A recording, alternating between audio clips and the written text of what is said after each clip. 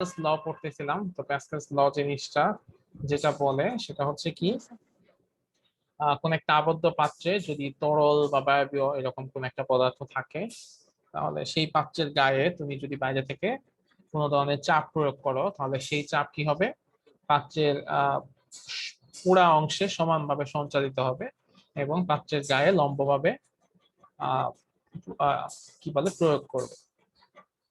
যেমন এই যেখানে একটা পাত্র দেখতে পাচ্ছি আমি, সেই পাত্রের ভেতরে একটা লিকুইড আছে।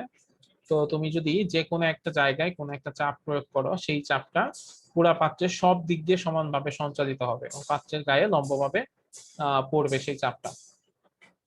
ঠিক আছে, তো এটা যদি যে কোনো বায়বীয় পদার্থের ক্ষেত্রে বা যে কোনো তরলের ক্ষেত্রে এই কথাটি প্রযোজ্য। তুমি এটা নিজের বাসায়ও করে দেখতে পারো, যে একটা আহ বোতলের মধ্যে তুমি পানি নিয়ে সেই পানি তুমি হচ্ছে চাপ দিবা হাত দিয়ে, দেখবা যে সব দিকে সেই চাপটা সমানভাবে সঞ্চালিত হচ্ছে এবং সঞ্চালিত হয়ে আহ পানি সব দিক দিয়ে ছড়িয়ে পড়ার মতো একটা অবস্থা তৈরি হচ্ছে। তো সেখান থেকে আমরা আসলে বুঝতে পারবো যে একটা আবদ্ধ পাত্রে তরল ও বায়বীয় পদার্থের মধ্যে আমরা যদি চাপ প্রয়োগ করি, সেই চাপ আহ পাত্রের সম্পূর্ণ অংশে সমানভাবে সঞ্চালিত হয় এবং পাত্রের গায়ে লম্বভাবে ক্রিয়া করে। এখানে আমরা একটা ছবি দেখতে পাচ্ছি, যে তোমার কাছে যে স্পঞ্জের একটা বল টাইপের থাকে, যে বলের ভিতরে ধরো পানি আছে। তো তুমি যদি এক্সটার্নালি প্রেসার অ্যাপ্লাই করো, তাহলে দেখবা যে একটা পয়েন্টে তুমি আসলে প্রেসার দিচ্ছ, কিন্তু পানি দেখবা সব দিক দিয়ে পানি হচ্ছে বের হয়ে যাবে। আমরা নর্মাল লাইফে কই দেখতে পাই এই জিনিসটা, আমরা সকালবেলা যখন টুথপেস্ট হাতে নেই, ওই টিউবের ক্ষেত্রেও কিন্তু এই জিনিসটা প্রযোজ্য। তুমি চাপ দাও কোন দিকে, বাইরের দিকে, মানে নিচের দিকে তুমি হয়তো বটমে একটা চাপ দাও, বাইরের সামনের দিকে, মুখ নিচের দিয়ে দিকে। কিন্তু ঠিকই তোমার টুথপেস্ট গুলো বের হয়ে আসতে থাকে। এবং তুমি এটা যদি করতে করো কখনো, যে দেখবা বিভিন্ন জায়গায় কয়েকটা ফোঁটা করে দিলা, তারপর তুমি চাপ দিয়ে দেখবা যে সব ফোঁটা দিয়েই হচ্ছে টুথপেস্ট বেরিয়ে আসতেছে। তারপরে আরেকটা জিনিস, এই লটা আসলে কোথায় সবচেয়ে বেশি ইউজ করে অ্যাডভান্টেজেস পাওয়া গেছে, সেটা হচ্ছে এরকম যে আমরা অনেক সময় দেখি না যে গাড়ি, কোন একটা গাড়ি সেটাকে একটু উঁচু করার জন্য একটা যন্ত্র আছে, সেই যন্ত্র দিয়ে বাইরে থেকে একটু প্রেসার দেয়, গাড়িটা আস্তে আস্তে আস্তে আস্তে উপরে উঠতে থাকে। সেই জিনিসটা আচ্ছা, হচ্ছে টায়ার চেঞ্জ এইরকম। করার সময় না? হ্যাঁ, টায়ার চেঞ্জ করার সময় করে, সেই জিনিসটা হচ্ছে এরকম। এটাকে বলা হয় একটা হাইড্রোলিক প্রেস। হাইড্রোলিক প্রেসের থিওরিটা কেমন, যে ধরো এরকম একটা সেই শেপের, এখানে একটা পিস্টন আছে, এখানে একটা পিস্টন আছে, আর এই মাঝখানে হচ্ছে লিকুইড দিয়ে ভরা।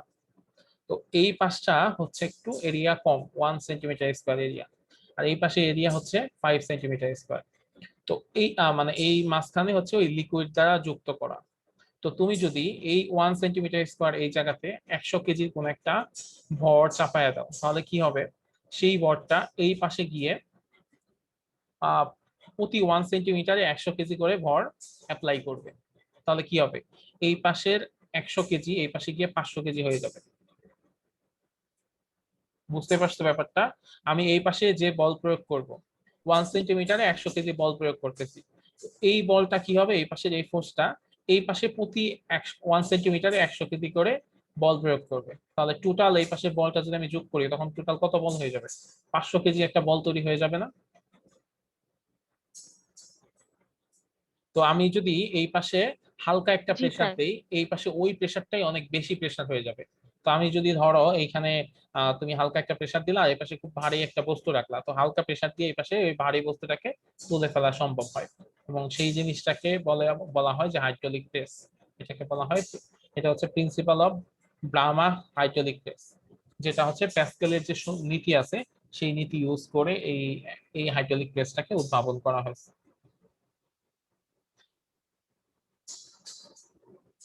এখানে আমরা একটা প্র্যাকটিক্যাল ডেমনস্ট্রেশন দেখতে পারি।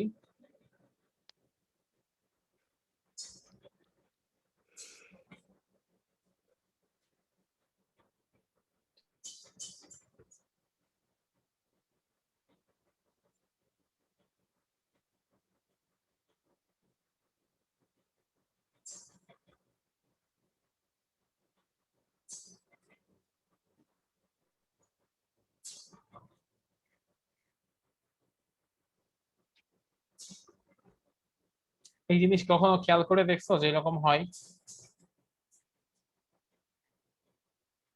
না স্যার। না স্যার।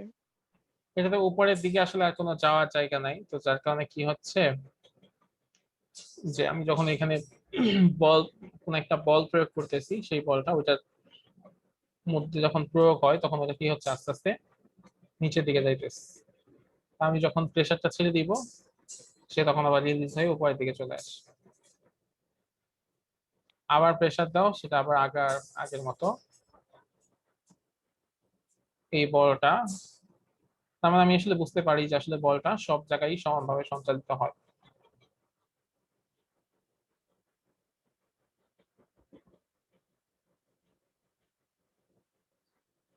ওকে, তো আমাদের মোটামুটি এই রিলেটেড কিছু পড়া ছিল, সেগুলো আমরা শেষ করছি। এখন তোমাদের এখানে কোনো কোশ্চেন আছে এই স্লাইড থেকে? না স্যার। না স্যার। আচ্ছা, ওকে, তো এখন না আমি স্যার। আরেকটা টপিক নিয়ে আলোচনা করব, যেটা আসলে এখানে নাই কিন্তু নর্মালি এমনিতে আলোচনা করব।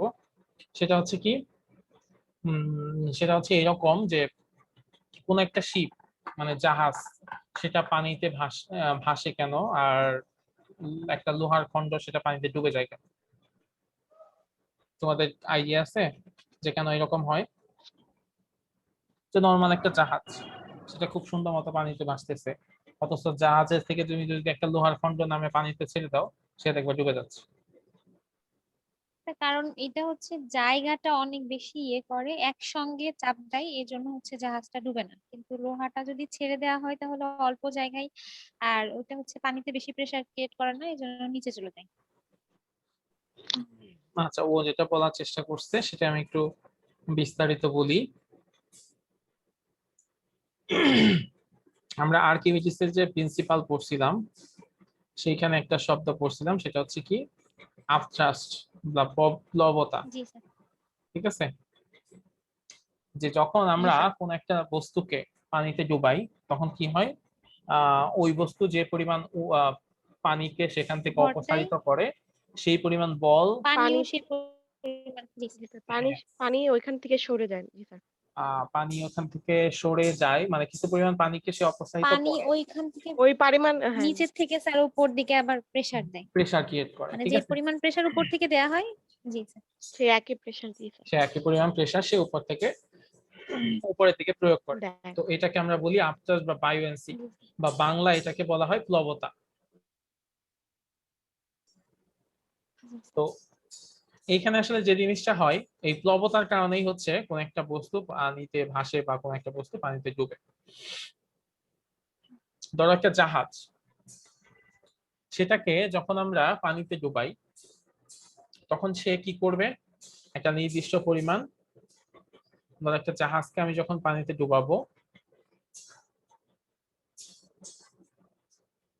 ধরে নিলাম এটা একটা মেরিন ভেহিকল, কোন একটা কিছু, তো এটাকে যখন আমি পানিতে ডুবাই, তো এটা যে পরিমাণ পানিকে অপসারণ করতেছে, এই জাহাজের ওজন যদি সেই পরিমাণ পানির ওজনের চাইতে কম হয়, তাহলে এই বস্তুটা পানিতে ভাসবে। আর যদি বেশি হয়, তাইলে ভাসবে না। স্যার। ধর আমি এই জাহাজটা এখানে দিলাম, রাখলাম, হ্যাঁ, তো সে হচ্ছে এইভাবে এই অবস্থায় ডুবে আছে। তো এইখানে সে যে পরিমাণ পানি আছে, মানে এইটুক জায়গার মধ্যে যে পরিমাণ পানি হইতো, মানে এইটুক জায়গায় যে পরিমাণ পানি থাকার কথা, সেই পানির ওজন যদি এমন হয় এই জাহাজের ওজনের চাইতে কম হয়, জাহাজের ওজনের চাইতে বেশি হয়, তাইলে কি হবে, এই জাহাজটা পানিতে ভাসবে। আর যদি বেশি হয় এই জাহাজের ওজন, তাইলে জাহাজটা কি হয়, পানিতে ভাসে না। নর্মালি যে কোনো একটা পাথরের কথা ডুবে যদি যায়। আমরা চিন্তা করি, একটা পাথর যদি আমরা যখন ডুবাই, তখন ওর যে ওজন আছে, সেই ওজনটা হয় অনেক বেশি, কিন্তু ও যে পরিমাণ পানি অপসারণ করছে, সেই অপসারিত পানির ওজন হয় অনেক কম। তো যার কারণে অপসারিত পানির ওজন যেহেতু কম, তার মানে উপরের দিকে ফোর্সের পরিমাণও কম। আমি কি বলছি, যে পরিমাণ পানি অপসারণ করবে, সেই পরিমাণ পানির ওজনের সমান ফোর্স উপরের দিকে কাজ করে। তাহলে সেটার মান যদি কম হয় আর ওর নিজের ওজন যদি বেশি হয় তাহলে কি হবে, সেটা এরকম পানিতে ডুবে যাবে। আর ডুবে যাবে। জি স্যার। কোন একটা শিপ হচ্ছে কেমন, কোন একটা শিপ যখন আমরা পানিতে ডুবাই তখন সে ওই শিপ কিন্তু সম্পূর্ণ ডুবে না, এটা খেয়াল করে দেখছো? একটা শিপ যদি খালি থাকে সেটা জি হচ্ছে স্যার। অনেক উপরে থাকে। শিপের মধ্যে তুমি যে আস্তে আস্তে মানুষ আসা শুরু করে বা আস্তে আস্তে হচ্ছে সেখানে অনেক কি বলে প্রোডাক্ট টোডাক্ট বা অনেক মাল সামগ্রী যদি সেখানে আমরা দেই তখন আস্তে আস্তে কি হয়, সেটা আরেকটু বেশি ডুবে। তো ব্যাপারটা কার সাথে সম্পর্কিত, যে এই শিপের যে ওজন আছে, এই শিপের যে ওজন সেটা তো কনস্ট্যান্ট, সেটা নিচের দিকে কাজ করে। কাজ করার পরে এই শিপ কতটুকু পানিকে অপসারণ করতেছে, যতটুকু পানিতে সে অপসারণ করতেছে সেটা এখানে একটা ফ্যাক্টর হিসেবে কাজ করে, যে যতটুকু পানি অপসারণ করলে এই শিপের ওজনের সমান হবে। ধরলাম একটা শিপ, সে শুরুতে একেবারে খালি খালি থাকাকালীন সময়ে তার ওজন হচ্ছে 100 কেজি, ধরে নিলাম, এমনিতে একটা মানে অবাস্তব কথাবার্তা বললাম, 100 গ্রাম, গ্রাম না ধরে কেজি বলি। ধরো একটা শিপের ওজন হচ্ছে 100 কেজি, শিপের মধ্যে আর কিছু নাই। তখন সে কি করবে, জি তখন স্যার। শিপটা এমন ভাবে ডুববে যেন 100 কেজির জায়গায় 100 লিটার পানি সে অপসারণ করবে। সে কি করবে তখন, 100 লিটার পানি অপসারণ করবে এবং 100 লিটার পানি অপসারণ করতে তার যতটুকু ডুবতে হয় সে ততটুকু ডুবে থাকবে। কারণ কি, সে 100 লিটার পানি অপসারণ করছে, তো 100 লিটার পানি যখন অপসারণ করবে 100 লিটার পানি সমান ওজন কি হবে, উপরের দিকে কাজ করবে। তাহলে আর উপর থেকে সে 100 কেজি ভর দিতেছে, তাহলে দুই ভর কি হবে, একটা একটাকে ব্যালেন্স করে ফেলবে, তাহলে সে মানে সুন্দর মতো ভাসতে থাকবে। এখন ধরো এই শিপের মধ্যে তুমি আরো 500 কেজি ভর ঢুকাইলা, 500 কেজি কোন একটা জিনিস এই শিপের মধ্যে রাখলা, তখন কি হবে, এটার ওজন হয়ে যাবে কত, 600, তাই না? টোটাল হয়ে যাবে 600, জি স্যার। 600 কেজি। ওকে, তখন এই শিপটা তখন আরো বেশি ডুববে, ডুবার পরে সে 600 লিটার পর্যন্ত সে আরো 500 লিটার পানি অপসারণ করবে, তার মানে সে তখন আরো ডুবে যাবে। সে যখন ইনিশিয়ালি যদি এরকম থাকে সে আর তখন এরকম থাকবে না, তখন সে হয়ে যাবে এরকম, মানে 600 লিটার পানিকে সে অপসারণ করছে, অতটুকু সে ডুবে গেছে। তখনও শিপটা কিন্তু চলবে, কিন্তু আমি যদি এটাকে আরো বাড়াই, আরো ধরো 400 বাড়াইলাম, 400 বাড়াইলে তখন কি হবে, এটা আরো ডুবে যাইতে হবে। কিন্তু এই শিপের যদি ধারণ ক্ষমতা আরো এরকম ডুবে হয়, যাবে। হ্যাঁ ধারণ ক্ষমতা যদি এরকম হয় যে এই শিপ 1000 লিটার পানি অপসারণ করতে পারে না, তখন কি হবে, সে শিপটা কি হয়ে যাবে, ডুবে যাবে। তখন শিপটা, ডুবে যাবে স্যার। ঠিক আছে, শিপটা পুরোপুরি ডুবে যাবে। এই যে আমাদের যে লঞ্চ দুর্ঘটনা জি। হয়, লঞ্চ দুর্ঘটনা হওয়ার কারণ কিন্তু এটাই, যে আমরা বেশি পরিমাণ কি করি, যাত্রী পরিবহন করি বা বেশি পরিমাণ মাল পরিবহন করি, হুম। তো যেটা শিপের ধারণ ক্ষমতার বাইরে। তো একটা শিপের কিন্তু ধারণ ক্ষমতা ফিক্সড, যে ও অতটুকু পানি অপসারণ করতে পারবে। তার চেয়ে বেশি যদি আমি ওই শিপের উপর ভর দেই তখন কি হবে, ওই শিপটা আলটিমেটলি পানিতে ডুবে যাবে। তো যে ডুবে কোনো যাবে। সাইকেল বা যে কোনো একটা পাথর বা যে কোনো কিছু যেগুলা পানিতে ভাসে না, সেগুলার ক্ষেত্রে এই জিনিসটা কাজ করে, কারণ ওইখানে পানি অপসারণ আসলে অত পরিমাণ হয় না, তার চাইতে ওটার ওজনটা অনেক বেশি হয়। এই যে আমরা কলা গাছ, সেটা পানিতে ভাসে তাই না, কলা গাছ পানিতে ভাসে না, জি স্যার। কেন জি পানিতে স্যার। ভাসে, কারণ কলা গাছ যে পরিমাণ পানি অপসারণ করে কলা গাছের ওজন তার চাইতে কম। তারপর দেখবা কলা গাছের কম। উপর জি যদি স্যার। আমরা দাঁড়াই তখন কলা গাছটা কি হয়, অনেক বেশি ডুবে যায় না, ডুবে যায় জি। কারণ জি কি, স্যার। তখন কলা গাছ যে পরিমাণ পানি অপসারণ করতেছে তার উপর আবার আমি নিজে তো যোগ হয়েছি, তার মানে আমার ওজনটা ওইখানে কাজ করতেছে, এই জন্য ওইটা একটু ডুবে যায়। যোগ হয়েছে। জি স্যার। আরেকটা জিনিস বলি, সেটা হচ্ছে কেমন, যে ধরো তুমি যদি এরকম করতে পারো যে একটা শিপে সে পানি অপসারণ করতে পারে টোটাল 1000 লিটার, আর সেই শিপের মধ্যে তুমি ঠিক 1000 লিটারই 1000 কেজি দিছো, ভরই প্রয়োগ করতেছো, মানে ওই শিপের ওজন প্লাস তুমি যে ভর দিছো সেটা মিলে 1000, তার দুইটা সমান সমান হয়ে যাবে, তখন কি হবে, তখন যেটা হবে শিপটা হচ্ছে পানিতে মানে একেবারে পুরোপুরি ডুবে যাবে, কিন্তু পানির লেভেলে সে চলবে, জি স্যার। ঠিক আছে, সে পানির লেভেলে চলবে। তত ধরো তুমি তো এটাকে চাপ দিয়ে এইখানে নিয়ে দিলা, সে তখন এখানেই থাকবে, উপরে উঠবে না নিচেও নামবে, ওই লেভেলে সে চলতে থাকবে। তো এরকম কি চলে বলতো, স্যার বালুর বোর্ড গুলো দেখছে এভাবে চলা হ্যাঁ, স্যার। বালুর বোট গুলা এভাবে চলে। তোমাদের বাড়ি কি ওইদিকে নাকি? জি মানে স্যার। মানে তোমাদের দেশের বাড়ি কই? স্যার আমাদের হচ্ছে দোহার নবাবগঞ্জ স্যার, দোহারে তো স্যার পদ্মা আছে স্যার। হ্যাঁ হ্যাঁ, এই জন্যই তুমি দেখতে পাও, এই জন্য জিজ্ঞেস করলাম। সাবমেরিন আছে না? স্যার আমি দেখি নাই। সাবমেরিনও কিন্তু এভাবে চলে, ঠিক আছে? এভাবে হচ্ছে স্যার আমরা তো স্যার রেগুলার বালুর বোর্ড দেখি স্যার, এই কারণে ওইটাই স্যার আসছে মাথায়। সিলেক্ট করতে পারতেছে। মানে আমি আগে দেখতাম, মানে আগে কখনো আমাদের এলাকায় এরকম তো কিছু দেখা হতো না, কিন্তু রিসেন্টলি দেখা হচ্ছে কয়েক জি কিছুদিন ধরে, স্যার আমিও দেখি নাই। যে এই বালুর বোট গুলো একেবারে এই নদীর পানির সমান্তরালে চলে। মানে ওরা ভরা, হ্যাঁ ওইভাবেই স্যার, ভরা শুধু হয়, বালুর ওই যেটুকু জায়গা থাকে ওইটুকু, হ্যাঁ, ওইটুকু স্যার উপরে থাকে। ওইটুকু পড়ে থাকে। ঠিক আছে, মানে এখানে একটা ক্যালকুলেশন আছে, আদারওয়াইজ ক্যালকুলেশন ছাড়া কোনো কিছু চলে না। তো তোমাদের যদি পরীক্ষায় কখনো আসে জি স্যার। যে একটা শিপ পানিতে ভাসতেছে অথচ একটা সাইকেল পানিতে ভাসে না, এই কারণ কি ব্যাখ্যা করো, তখন কি লিখতে পারবা? জি স্যার পারবো জি স্যার। স্যার অবশ্যই পারবো স্যার। বা আরেকটা জিনিস যদি তোমাদেরকে এই কোশ্চেনটা যদি একটু ঘুরে লিখতে বলা হয় যে বাংলাদেশে যে নৌ দুর্ঘটনা যেগুলো ঘটে, অ্যাক্সিডেন্ট যেগুলো হয়, সেগুলো আসলে কেন হয়, আর্কিমিডিসের নীতি অনুযায়ী সেটাকে এক্সপ্লেইন করো। মানে আগে তো জি তোমরা স্যার পারবো নর্মালি স্যার। এক্সপ্লেইন জি করতে স্যার যে পারবো স্যার। যাত্রী বেশি হয় এই কারণে সেই কারণে হয়, কিন্তু এখন থেকে তোমাদের এক্সপ্লেনেশনটা একটু ডিফারেন্ট হবে না? তুমি হচ্ছে একটু জি মানে স্যার। জি স্যার টেকনিক্যাল অবশ্যই স্যার। এক্সপ্লেনেশন দিতে পারবা, যে এই শিপে যে পরিমাণ ধারণ ক্ষমতা ছিল জি স্যার। তার তুলনায় বেশি যাত্রী বহন করছে, বা যে বেশি ওজন বহন করছে যার কারণে সেটা ডুবে যাচ্ছে। তো এই হচ্ছে জি স্যার। আর্কিমিডিসের প্রিন্সিপালের নিয়ম নীতি। এখন আমি আরেকটা জিনিস পড়াই, সেটা হচ্ছে কি পড়াবো, সেটা যেহেতু মানে প্রেশার নিয়ে যেহেতু আমরা কথা বলতেছি, প্রেশার বলতে আরেকটা প্রেশার আছে, সেটা হচ্ছে বায়ু প্রেশার। এয়ারের একটা প্রেশার আছে, এই যে আমাদের চারপাশে যে এয়ার আছে, এই এয়ারে কিন্তু এক ধরনের প্রেশার আছে, কিন্তু আমরা সেই প্রেশারটা ফিল করি না কেন? কারণ বাইরে থেকে এয়ারের যেমন একটা প্রেশার আমাদের শরীরের উপর আছে, ঠিক একইভাবে আমাদের ভিতর থেকে জি স্যার। শরীরের ভেতর থেকে একটা প্রেশার বাইরের দিকে কাজ করে, এবং এই দুইটা প্রেশার সমান জি হওয়ার স্যার। কারণে যে যে জিনিসটা হয়, এই দুইটা প্রেশার সমান হওয়ার কারণে আমরা আসলে কোনো ধরনের প্রেশারই ফিল করি না, আমাদের কাছে মনে হয় যে সবকিছু স্বাভাবিক। ঠিক আছে, এটা আমাদের কাছে মনে হয়, কিন্তু প্রেশার কিন্তু জি স্যার। আছে, বাতাসে একটা প্রেশার আছে।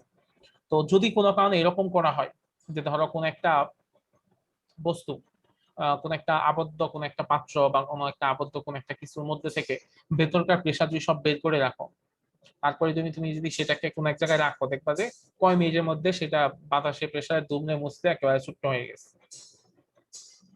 ঠিক আছে, তারপরে দেখবা যে জি স্যার। মহাশূন্যে যারা যায়, ঠিক আছে, যারা হচ্ছে যে অ্যাস্ট্রোনট, যারা হচ্ছে মহাশূন্যে ঘুরতে যায়, ওরা সবসময় খুব জি স্যার। বড় ভারী ভারী পরে থাকে না, আম, কাপড় চোপড় পরে থাকে না, দেখছো? জি স্যার। দেখে জি মনে হয় স্যার। না যে কি দরকার এরকম কষ্ট জি করে স্যার। পরে আছে, গরম লাগে না ওদের, এরকম মনে হয়। কিন্তু ওদের ওটা না পরে কোনো উপায় নাই। কেন উপায় নাই?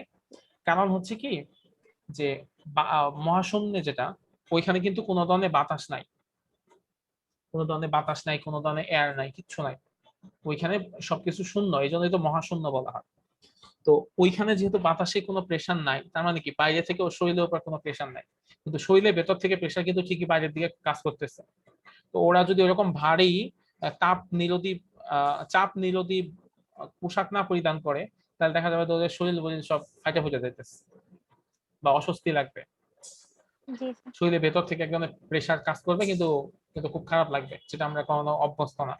এই জন্য ওরা ওইরকম ভারী কাপড় চোপড় পরে থাকে। আর আরেকটা জিনিস, মজার জিনিস তোমাদেরকে দেখাই, যে সেটা হচ্ছে আহ বাতাসের চাপ দিয়ে আসলে অনেক কিছুই বের করা যায়। সেটা হচ্ছে আহ তোমরা এই এই ছবিটা কখনো দেখছো কিনা? রেডিসন আছে না বাংলাদেশে, হোটেল রেডিসন। জি জি স্যার। স্যার। তো হোটেল রেডিসনে একটা জিনিস আছে সামনে, আহ ওয়েদার ফোরকাস্ট, একটা কোকোনাট আছে, ওটা সামনে রেখে দেয়।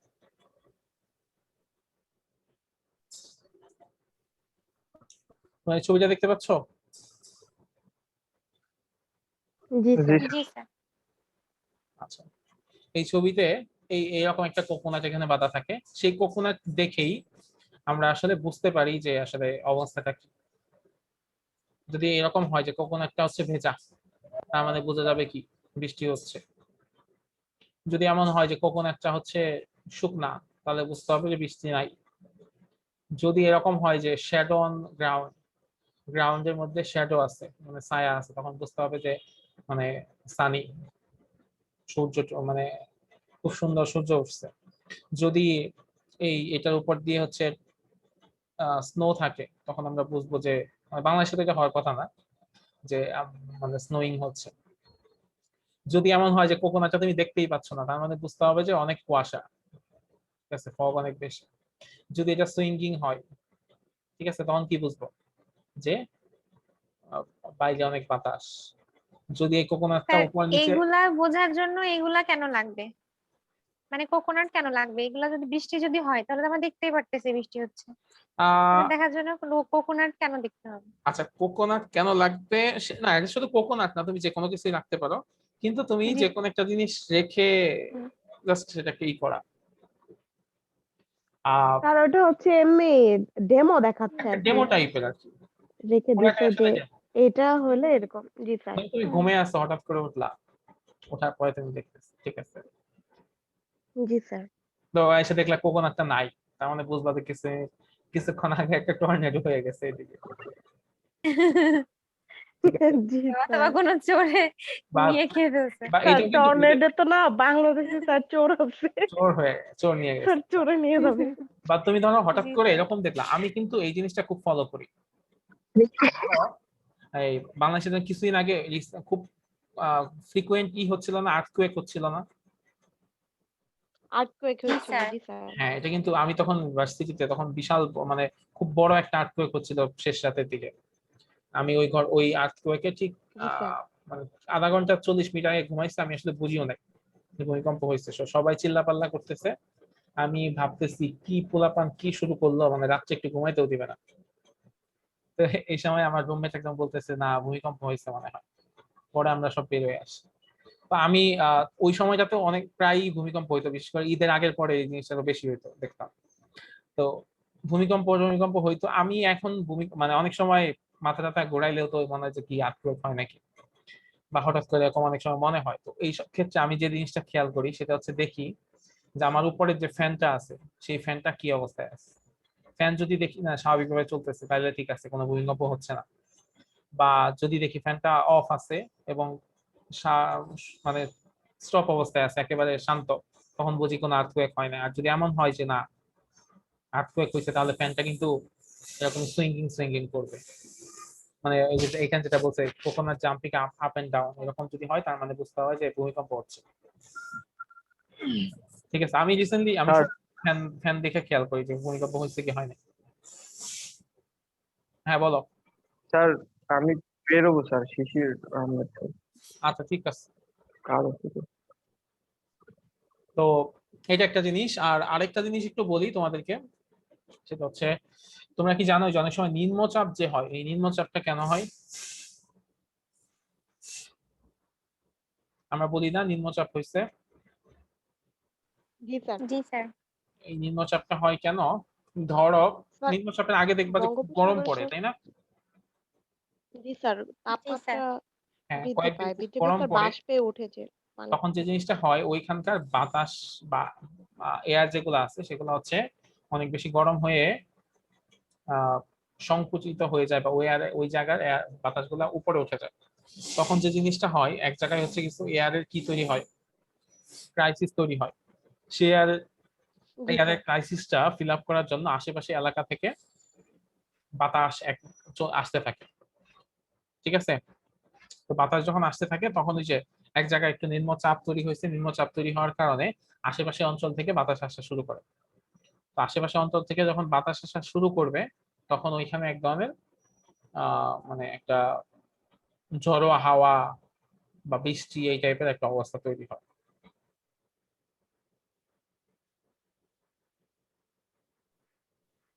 ঠিক আছে। তো এই হচ্ছে নিম্নচাপের কাহিনী, যে কেন আসলে নিম্নচাপ হয়।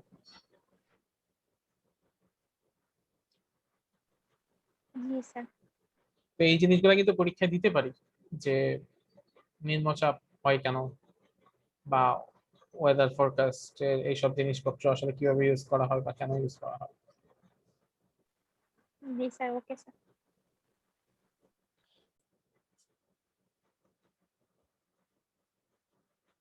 আহ আমাদের বডি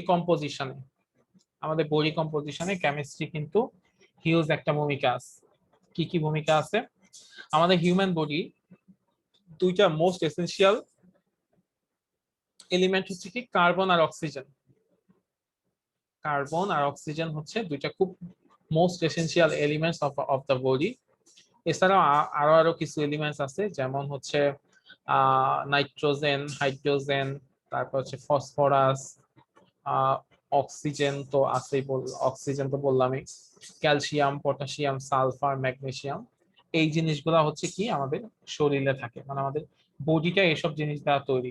এখানে আমরা দেখতে পাচ্ছি মোটামুটি 50% বেশি দেখাচ্ছে কি অক্সিজেন, কার্বন হচ্ছে বিশাল একটা অংশ, হাইড্রোজেনও একটা বিশাল অংশ, নাইট্রোজেন এবং অল দি আদার এলিমেন্টস হচ্ছে মোটামুটি একটা পার্ট।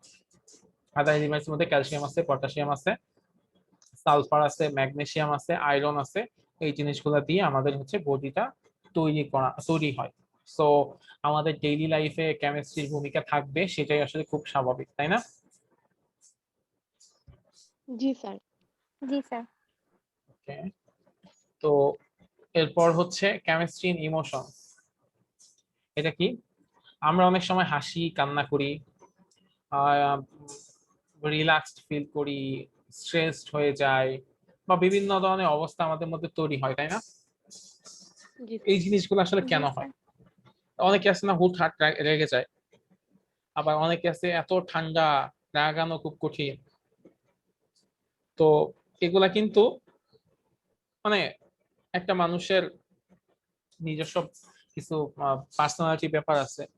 তারপরেও এগুলা কিন্তু আসলে এই পার্সোনালিটিটা কেন হয় বা কিভাবে এই জিনিসটা গুলা হয়, এখানে হচ্ছে কেমিস্ট্রি আসলে ভূমিকা আছে। হ্যাঁ, কেমিস্ট্রি যাই হোক না কেন, ঠিক আছে, আমাদের আমাদের খুশি আনন্দ যাই কিছু হোক, সেখানে আসলে কেমিস্ট্রি আসলে কেমিস্ট্রি। ঠিক আছে, জিনিসটা আসলে কি? জিনিসটা হচ্ছে এরকম, আহ আমাদের শরীরের ভেতরে কিছু কেমিক্যাল রিয়াকশন হয়। এই কেমিক্যাল রিয়াকশনের কারণে আমাদের ভালো লাগে, আমাদের খারাপ লাগে, আমাদের মধ্যে কারোর প্রতি মায়া তৈরি হয়, কারোর প্রতি ভালোবাসা তৈরি হয়, কারোর প্রতি বিরক্ত তৈরি হয়, কারোর প্রতি রাগ হয়, বা আমরা স্ট্রেসড হয়ে যায় অনেক সময়। এই সবগুলা জিনিসই আসলে কেমিস্ট্রির কারণে হয়। জিনিসটা আসলে কি? সেটা হচ্ছে আহ ধরো কোন একটা ঘটনা ঘটছে, ঠিক আছে, ধরো তোমাকে একটা মশা কামড় দিচ্ছে হাতের মধ্যে, ঠিক আছে। তো হাতের মধ্যে যখন মশা কামড় দিবে, তখন ওইখানে এক ধরনের তুমি কি পাইছো, একটু ব্যথা পাইছো। এই ব্যথাটা তোমরা কিন্তু আসলে বুঝতে পারবে না। এই যে আমাদের মধ্যে যারা প্যারালাইজড বা বিভিন্ন অসুস্থ থাকে, ওরা কিন্তু অনেক সময় ওদের ফিলিংস থাকে না, এক মাস অবশ হয়ে যায়। তখন কিন্তু তুমি হাত কাটো মাটো যাই করো, কিচ্ছু বুঝে না। কেন বুঝে না? কারণ যে জিনিসটা হয়, যখন তোমার মধ্যে যে কোনো একটা কিছু তৈরি হয়, যে মশা কামড় দিল বা তোমার একটা জিনিস ভালো লাগলো, তখন ব্রেইন থেকে একটা মানে একটা কেমিক্যাল মেসেঞ্জার ইমিট হয়, সেটাকে বলা হয় নিউরোট্রান্সমিটার। ওই নিউরোট্রান্সমিটার গুলা আমাদের ব্রেইন থেকে ইমিট হয়, ইমিট হয়ে ওই জিনিসটা ওইখানে চলে আসে, এবং ওই জিনিসটা আসার কারণেই বা ব্রেইন থেকে কোন একটা ইনস্ট্রাকশন আসে যে হ্যাঁ, এখন আমার ভালো লাগতে হবে, এখন আমার কান্না করতে হবে, এখন আমার বিরক্তি প্রকাশ করতে হবে। ঠিক আছে, এই সবগুলা জিনিসই কিন্তু এই যে একটা রিয়াকশন হচ্ছে, এবং ব্রেইন থেকে সেই রিয়াকশন, সেই মেসেঞ্জার যে কেমিক্যালটা আছে, সেই কেমিক্যালটা নিঃসরণ হচ্ছে, সেটার কারণেই হচ্ছে, আদারওয়াইজ কিন্তু হবে না। অনেকে এরকম থাকে না যে কান্না শেষ হয়ে যায়, মানে চোখের পানি নাকি শেষ হয়ে গেছে তার চোখে, এই জন্য তার আর কান্না আসে না, এরকম আছে না অনেকে, যে অনেক বেশি শখ হইতে জি হইতে স্যার। তার চোখের পানি সব শুকিয়ে গেছে, তার আর কখনো কান্না আসে না, মানে তার ওই কেমিক্যাল রিয়াকশনটা আর হয় না, মানে এত বেশি তার রিয়াকশনটা হয়ে গেছে, সেই রিয়াকশন হওয়ার যে ইনগ্রেডিয়েন্টস আছে সেগুলো শেষ হয়ে গেছে। এরকম হইতে পারে কারোর মধ্যে, সিরিয়াসলি এটা হইতে পারে। আহ তো এই জিনিসটা হচ্ছে এরকম।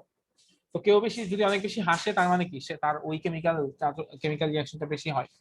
কেউ যদি না হাসতে পারে, তার মানে ওই কেমিক্যাল রিয়াকশনটা কম হয় তার। কেউ যদি খিলখিল করে হাসে তার মানে কি? তার মানে কাহিনী হচ্ছে যে ওই যে খিলখিল করে হাসার জন্য যে কেমিক্যাল রিঅ্যাকশন হওয়া দরকার সেটা তার ক্ষেত্রে হয়। জি তারপর স্যার। হচ্ছে কি chemistry in food production. Food প্রোডাকশনের সাথে কেমিস্ট্রি খুব ওতপ্রোতভাবে জড়িত। কেন? কারণ প্ল্যান্ট, আমরা কিন্তু কি খাই দেখো তো, আমরা হচ্ছে মানে গাছের উপর অনেকভাবে নির্ভরশীল না? জি স্যার। মানে গাছ যদি না থাকে যে মানুষ বাঁচা সম্ভব? আমাদের না খাবার স্যার। আসবে না। না, আমাদের অক্সিজেন আসবে না। আর সেই গাছের লাইফের সাথে কেমিস্ট্রি কিভাবে জড়িত সেটা আমি একটু বলি। গাছে যখন খাদ্য তৈরি করতে হয় তখন কি হয়, গাছ হচ্ছে আহ সূর্য থেকে আলো নেয়, সূর্য থেকে জি লাইট স্যার, নেয়। শালক সংশ্লেষ। তারপর মাটি, ওই গাছটা হচ্ছে মাটি থেকে পানি নেয়। আর হচ্ছে আমরা যে নিঃশ্বাস ছাড়ি মানে বায়ুমণ্ডল থেকে কার্বন ডাই অক্সাইড নেয়। তো সেই কার্বন ডাই অক্সাইড পানি আর সূর্যের আলোর মাধ্যমে সে হচ্ছে গ্লুকোজ তৈরি করে, C6H12O6 এই গ্লুকোজ তৈরি করে। আর সে 6 অণু বা সে হচ্ছে অক্সিজেন নিঃসরণ করে। সেই অক্সিজেনটা আবার আমরা মানুষ নেই, মানুষ নেওয়ার পরে সেই অক্সিজেনটা আমাদের শরীরে কিছুক্ষণ থাকার পরে সেটা আবার কার্বন ডাই অক্সাইড হয়ে বের হয়। মাটি থেকে আবার হচ্ছে সে অক্সিজেন পানি নেয়, আর সূর্য থেকে আলো নেয়, এই তিনটা নিয়ে আবার সে খাদ্য তৈরি করে। এইভাবে গাছের মধ্যে কেমিক্যাল রিঅ্যাকশনের মাধ্যমে খাবার তৈরি হয়।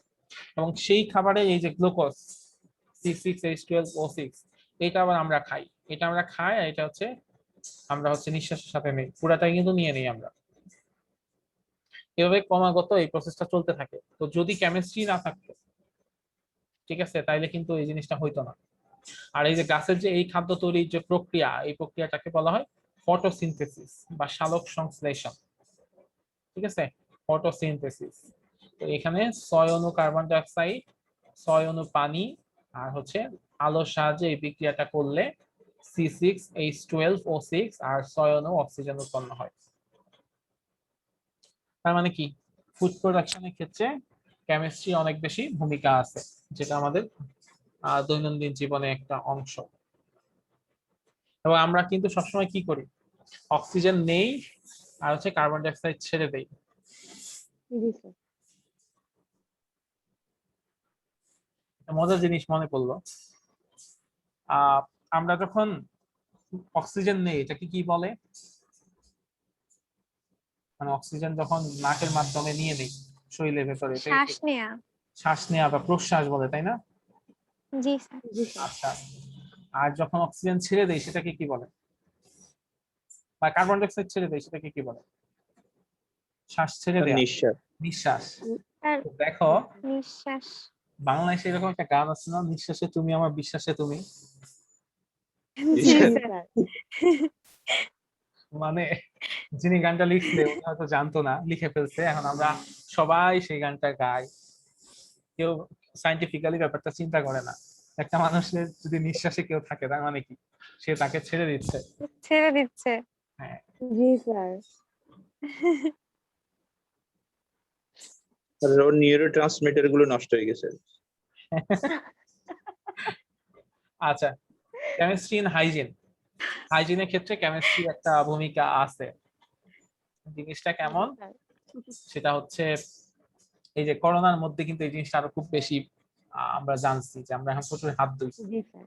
হাত ধুই কেন, জি সেখানে স্যার। একটা কথা বলা হয়েছিল যে সাবানের মধ্যে সাবান মাখলে কি হয়ে যায়, করোনা ভাইরাস গুলা ওদের বাইরে একটা মারা যায়। প্রোটিন একটা স্তর আছে, সেই স্তরটা ভেঙে যায়, ভেঙে গেলে ওরা মারা যায়। হুম। তো আমরা এই যে কি করি, যে কোনো সারফেসে যদি মানে অয়েলি ডার্ট থাকে তো সেইখানে কি করি আমরা, সোপ দিয়ে সেটাকে ইন্টারেক্ট করাই। সেটা অয়েল বা গ্রিজ যদি এই টাইপের কিছু থাকে তাইলে হচ্ছে সোপ দিয়ে ইন্টারেক্ট করাইলে সেই সারফেসটা ক্লিন হয়ে যায়। ঠিক আছে, তো এইখানে যে সাবানের সাথে যে ইন্টারেকশনটা হচ্ছে সেটাও কিন্তু এক ধরনের কেমিক্যাল রিঅ্যাকশনের কারণে হয়।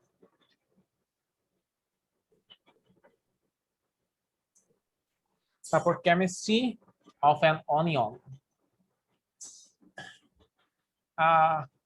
এই জিনিসটা কার হয়? যখন আমরা পেঁয়াজ কাটি তখন কান্না করো কে? স্যার আমার আর অনেক বেশি সবাই হয়। স্যার এটা কিন্তু সবারই হয়, পেঁয়াজ কাটার সময় আমরা কান্না জি করি, কেন স্যার। কান্না করি? স্যার চোখ অনেক জ্বলে স্যার। মানে পেঁয়াজ কাটার চোখ জ্বলে। সময় যখন আমরা কান্না করি তখন আসলে একটা অ্যাসিড ফর্ম হয়, মানে পেঁয়াজ কাটলে এক ধরনের অ্যাসিড ফর্ম হয়।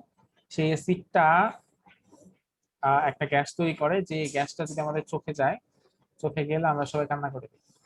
ঠিক আছে, তুমি যখন পেঁয়াজটা কাটবা একটা অ্যাসিড তৈরি হয়, সেই অ্যাসিড থেকে একটা গ্যাস তৈরি হবে, সেই গ্যাসটা আমাদের চোখে যায়, যার কারণে মানে আমরা কান্নাকাটি শুরু করে দিই।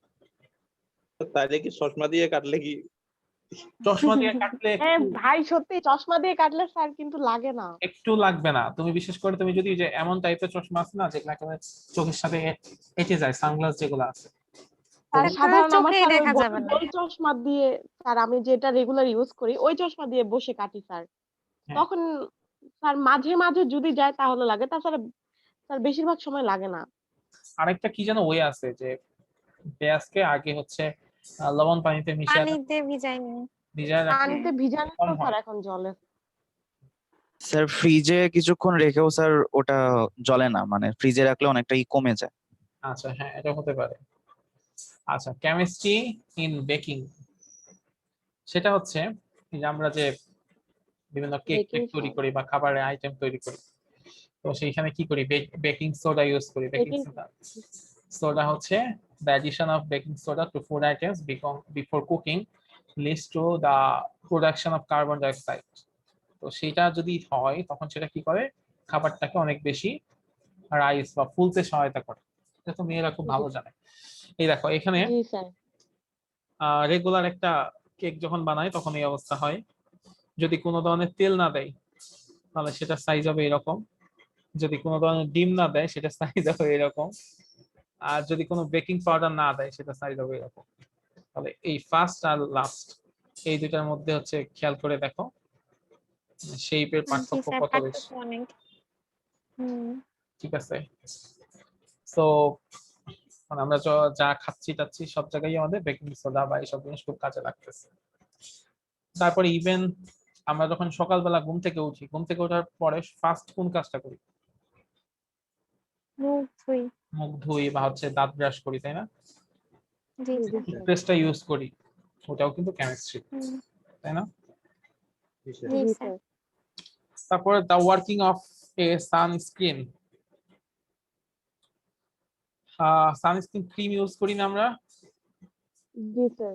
জি স্যার। এই সানস্ক্রিন ক্রিমটা আসলে কি করে, ইউভি রে যেটা আছে সেই রেটাকে কি করে দেয়, ও প্রোটেক্ট করে দেয়, মানে স্কিন উইদাউট প্রোটেকশন। তখন যে জিনিসটা হয়, ইউভি রেজ গুলা যেগুলো আছে, ইউভি ভি রে গুলা এই পর্যন্ত প্রবেশ করে, আর ইউভি এ রে গুলা একেবারে ভেতর পর্যন্ত প্রবেশ করে যায়। কিন্তু কেউ যদি সানস্ক্রিন ক্রিম ইউজ করে তখন যে জিনিসটা হবে, দুই ধরনের রেই হচ্ছে ওই সানস্ক্রিন ক্রিম থেকে বাধা পেয়ে ব্যাক করে চলে যাবে, তো সেটা আমাদের ভেতরে কোনো ধরনের ক্ষতি করতে পারবে না। তো বিভিন্ন ধরনের স্কিন ক্যান্সার বা বিভিন্ন কিছু থেকে আমরা হচ্ছে বেঁচে যাব। সো অনেকেই সানস্ক্রিন ক্রিম ইউজ করে, তো এটা আসলে ইউজ করা উচিত। বিশেষ করে ক্রিকেটারদের দেখা যায় ওরা হচ্ছে পুরা মুখের মধ্যে পুরা লেয়ার মাইরে আসে, তাই না? সাদা জি সাদা স্যার। টেস্ট খেলার সময়।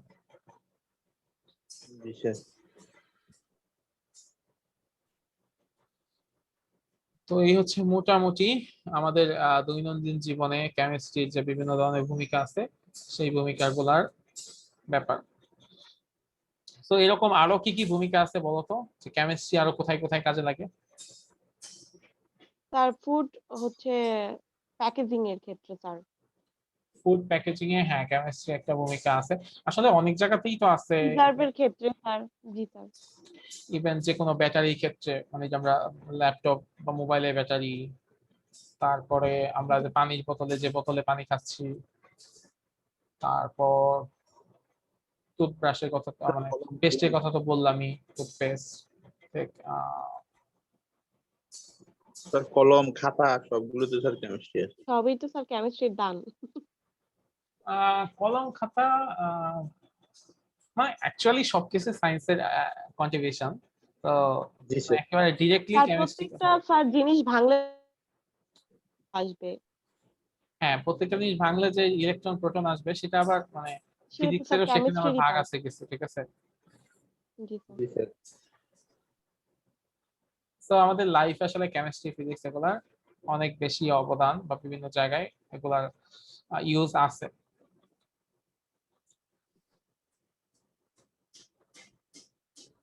ঠিক আছে, সো আমরা এই পর্যন্ত রাখি। আগামী ক্লাসে আমরা কেমিস্ট্রি নিয়ে আর কিছু জিনিস পড়বো। জি স্যার। আর স্যার শনিবার আমাদের কয়টা বাজে এক্সাম স্যার?